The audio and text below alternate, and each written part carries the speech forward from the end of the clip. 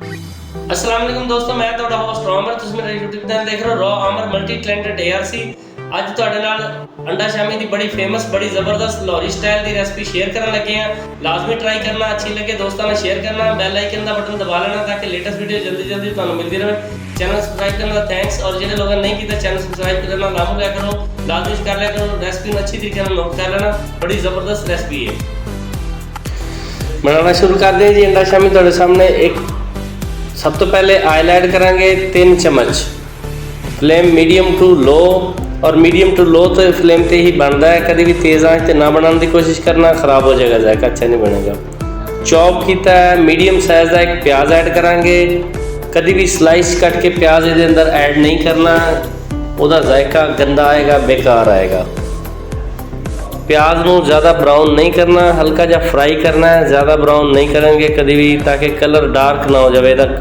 सब कोई भी चीज़ बनाओ तो कलर तो बड़े मुनासर कर दिए, खूबसूरती होएगी तो खाने से जायका भी अच्छा होएगा, तो फिर ही उन्होंने लोग क्लिक करते हैं। नहीं तो एक चीज़ से कभी भी नहीं मुतमईन होंगे। देखो जी, प्याज माशाल्लाह थोड़ा थोड़ा फ्राई हो गया है, कलर चेंज करने लगे है। इसके अंदर मसाला ज़्यादा ऐड करांगे। लाल मिर्च आधी चम्मच, हल्दी पाउडर 1/4 चम्मच का हिस्सा, धनिया पाउडर 1 चम्मच, जीरा पाउडर 1/4 चम्मच का हिस्सा, नमक हसबे जायका। अच्छी तरीके नाल मसालियां दी बुनाई करांगे, मिक्स करांगे दे अंदर, और थोड़ा जा पानी ऐड करांगे, तकरीबन 4-5 चम्मच, ताकि प्याज उत्ते मसाले की कोटिंग हो जाए अच्छी तरीके नाल। मसाला जलेगा नहीं, बेहतरीन बन जाएगा, और प्याज से कोटिंग हो जाती है इस नाल ना। असल जो पानी ऐड करने का असल मकसद होता, लोग सीधी गल दसते ही नहीं ने।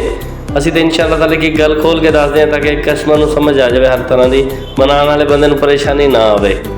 ज़बरदस्त। ये देखो जी,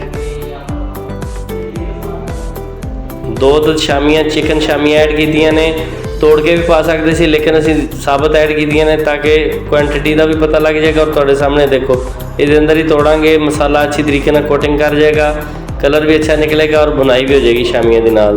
ज़बरदस्त।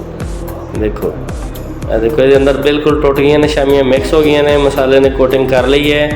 ज़बरदस्त। इन्हें इस तरह चलाते ये अंदर हल करते रहेंगे, ज़बरदस्त जायके लिए। फ्लेम देख लो बिल्कुल मीडियम ही है, तेज़ नहीं करना। 2 अंडे शामिल करांगे, और अंडे भी शामिल करके मिक्स करने ने, ताकि शामी के उत्ते अंडे की कोटिंग हो जाए, ताकि मसाला ज़्यादा उसके अंदर रह जाएगा, अंडा उत्ते कोटिंग कर जाएगा, जायका अच्छा बनेगा।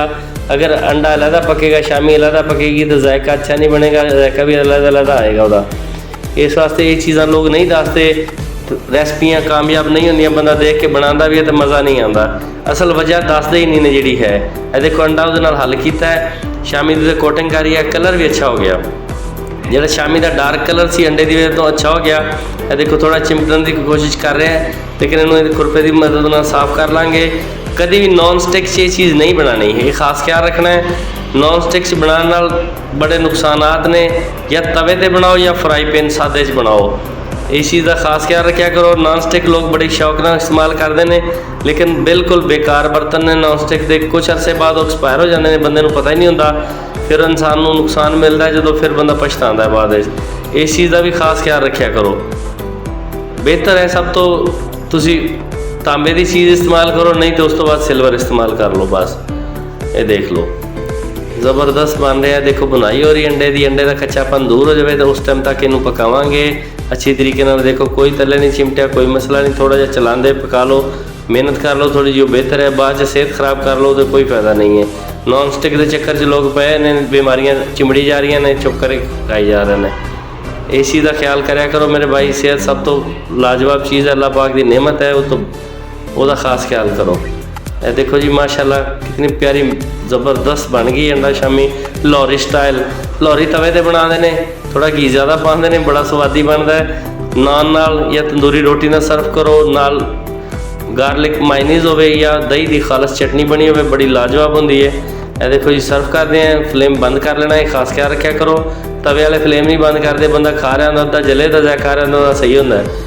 बंदा कहता यार बनाया तो मेरे सामने जी बनया की। देख लो माशाल्लाह सर्व किया, थोड़े सामने अच्छा लगे, लाजमी ट्राई करना। मिलते एक न्यू वीडियो। अल्लाह हाफिज़।